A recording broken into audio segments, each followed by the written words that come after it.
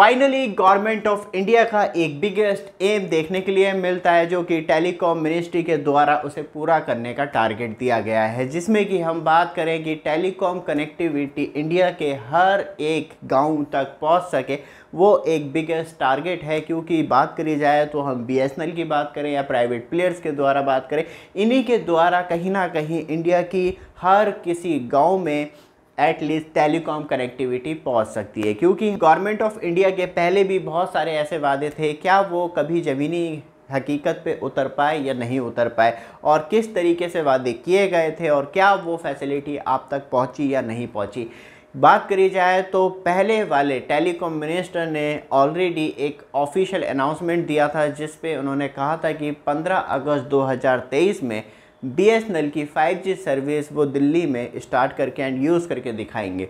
लेकिन 2024 आ चुकी है और अभी जो रिसेंटली एक बिगेस्ट अपडेट आई थी वो ये आई थी कि 2025 जून तक बीएसएनएल अपनी 4G सर्विस स्टार्ट कर पाएगा। फ़िलहाल अभी हम बात करें वापस टॉपिक पे, क्योंकि वादे बहुत ज़्यादा किए जाते हैं लेकिन हकीकत कितनी ज़मीनी स्तर पे उतरती है वो सबसे बड़ा सवाल बनता है। क्योंकि अब जो टारगेट रखा गया है वो दोबारा से 12 मंथ का रखा गया है, मतलब अभी 1 साल और लगेगा, जिसमें कि ऑल इंडिया विलेज को कवर किया जाएगा टेलीकॉम कनेक्टिविटी के द्वारा।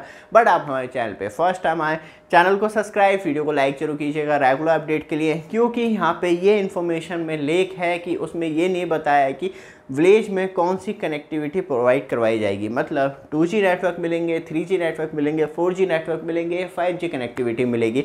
क्योंकि ये जो ऑफिशियल स्टेटमेंट दिया गया है वो ज्योति आदित्य एम सिंधिया की तरफ से दिया गया है, जो कि टेली कम्युनिकेशन मिनिस्टर हमें देखने के लिए मिलते हैं इंडिया में। क्योंकि इन्होंने ये भी कहा है कि मैं खुद मॉनिटर करूँगा कि किस तरीके से वर्क प्रोग्रेस चल रहा है और किस तरीके से काम हो रहा है, और हर हफ्ते में उसकी मॉनिटरिंग चेक करूँगा। जो टारगेट दिए गए हैं क्या वो टाइम से कंप्लीट हो रहे हैं, या हम जो 12 मंथ का टारगेट दिया गया है ये उससे पहले भी हम ख़त्म कर सकते हैं। क्योंकि बात करी जाए तो टारगेट किस तरीके से दिए हैं, सबसे ज़्यादा इंपॉर्टेंट होता है कि वो विलेज आइडेंटिफाई की जाए कि जिसमें कि कनेक्टिविटी देनी है।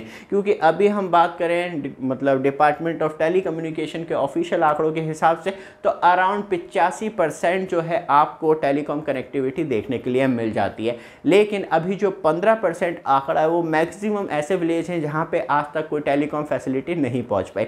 तो गवर्नमेंट ऑफ इंडिया के द्वारा जो आइडेंटिफाई किए गए हैं वो 24,000 ऐसे इंडियन विलेज हमें देखने के लिए मिलते जहां आज तक कोई भी टेलीकॉम कनेक्टिविटी नहीं पहुंच पाई। वो बात अलग है कि कितने साल हो चुके हैं, क्योंकि गवर्नमेंट बहुतों की आके निकल चुकी है। यहाँ पे बात की जाए तो अब स्पेशल स्कीम के अंदर जो ये विलेज हैं उन्हें ज़्यादा से ज़्यादा बेनिफिट पहुंचाने की कोशिश और एटलीस्ट टेलीकॉम कनेक्टिविटी के द्वारा कनेक्ट करने की कोशिश हो रही है। तो इसलिए इन विलेजों के लिए ऑलरेडी जो है फंड सैंक्शन कर दिया गया है। और जो वर्क है, सबसे अच्छी बात ये भी हमें देखने के लिए मिलता है कि वर्क किस तरीके से किया जाएगा।